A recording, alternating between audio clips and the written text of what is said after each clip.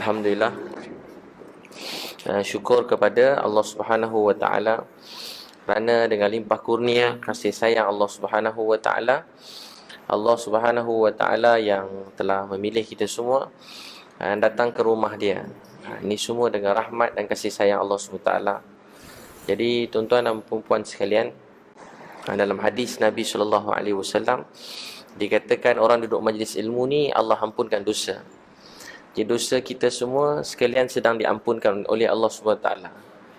Duduk saja macam ni Allah ampunkan dosa.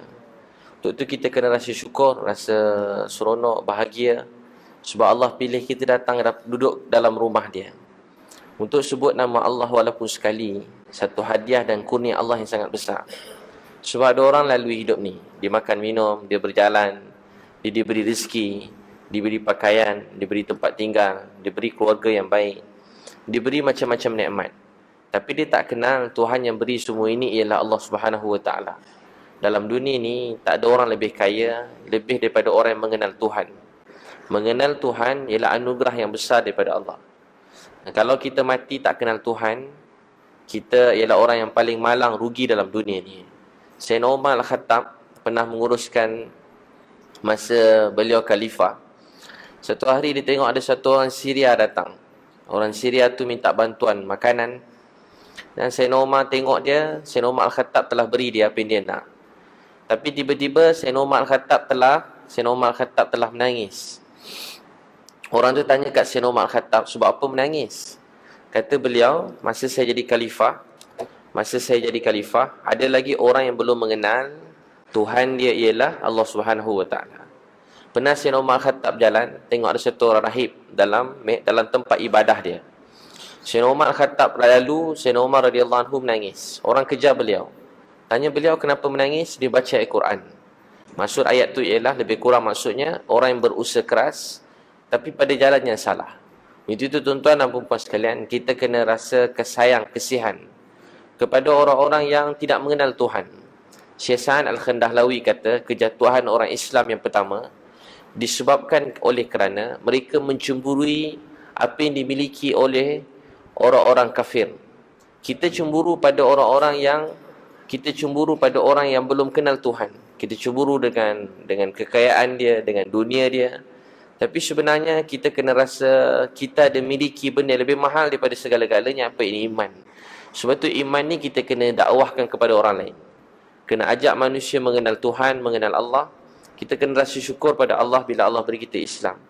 Dan tuan-tuan dan puan sekalian, dalam hadis Sahih Muslim, dalam majlis ilmu ni ada 3 jenis orang. Orang pertama, dia segera duduk depan. Orang duduk depan ni rahmat Allah cepat pada dia. Jadi siapa tuan-puan nak rahmat Allah banyak, angkat tangan. Siapa nak doa dia makbul, angkat tangan. Siapa nak disayangi oleh Allah, angkat tangan. Mai kita dekat-dekat sikit, jauh-jauh sangat ni. Rasa risau juga jauh-jauh ni, rasa seram. Macam kena tengok je pada jauh. Mai dekat-dekat sikit mana-mana. Dekat-dekat lagi baguslah. Jangan jauh-jauh sangat. Mai, Masya Allah, siapa duduk depan, rahmat cepat dalam hidup dia. Doa dia makbul, dia disayangi oleh Allah. Kita pun tak tahu. Entah-entah habis majlis ilmu ni, rupa ni lah majlis ilmu yang terakhir kita dalam dunia ni. Kita pun tak tahu. Tak sempat dah. Rupa dah last dah. Rasa macam panjang lagi dunia ni. Rupa ni lah majlis ilmu terakhir kita duduk dalam hidup kita. Untuk itu tuan-tuan sekalian, mari kita dekat-dekat. Orang kedua, sabda Nabi, mereka malu-malu. Duduk sebalik orang lain, duduk sebalik tiang. Dia menyorok. Nabi kata duduk sebalik orang lain. Dia nyorok-nyorok, malu-malu. Jadi rahmat Allah sampai dalam hidup dia malu-malu seperti malunya dia. Rahmat datang lambat. Kalau doa nak kahwin je, lambat. Jadi siapa nak kahwin cepat, angkat tangan. Yang anak-anak muda bukan haji. Haji pula angkat tangan ni kan. Mari dekat-dekat. Siapa nak doa makbul. Jadi tuan-tuan dan puan sekalian, orang yang kedepankan diri dalam majlis ilmu, Allah kedepankan dia di dunia dan di akhirat. Orang yang kedepankan diri dalam majlis ilmu, Allah kedepankan dia di dunia dan di akhirat. Untuk buat baik ni, kita rasa macam kita yang pilih. Sebenarnya tak. Kita pilih, kita diberi pahala. Allah beri kita pilihan.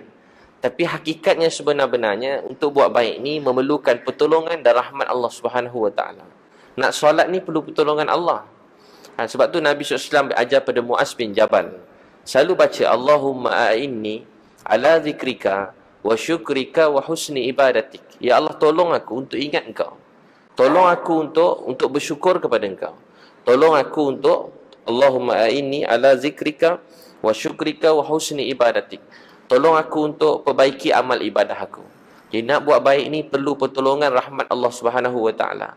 Tuan-tuan dan puan sekalian, Ramadan dah dekat. Ramadan dah dekat. Ya, Ramadan ni satu anugerah daripada Allah.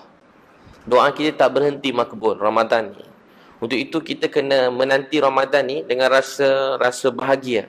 Siapa rasa seronok Ramadan nak dekat ni, angkat tangan.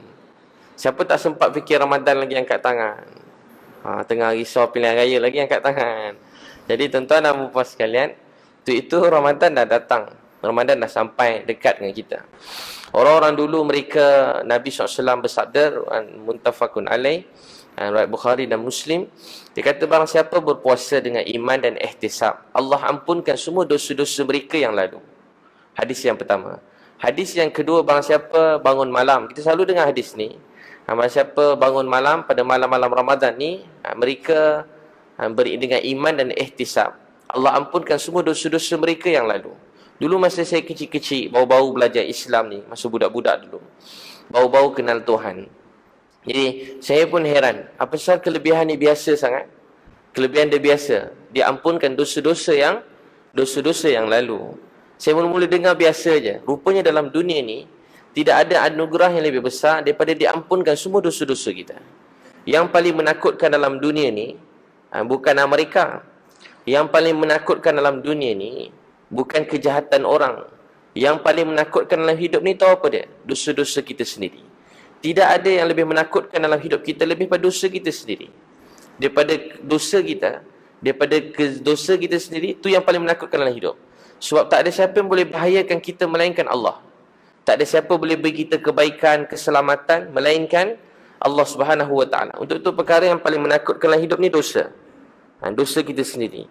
Untuk itu tuan-puan sekalian, kita banyak dosa ke tak? Siapa rasa ada dosa, angkat tangan. Laju angkat. Banyak juga dosa ni. Siapa rasa dia dosa dia sikit ke banyak? Siapa rasa banyak dosa, angkat tangan. Macam tak rasa pun. Lain macam orang masjid ni, betul lah ni. Jadi kalau kita rasa banyak dosa, itu tanda iman ada dalam hati kita. Tapi kalau rasa macam tak ada dosa saya ni, macam tak ada salah apa-apa dalam hidup ni, tak ada kurang apa-apa dalam hidup, itu tanda kita jauh dari rahmat Allah Subhanahu wa taala.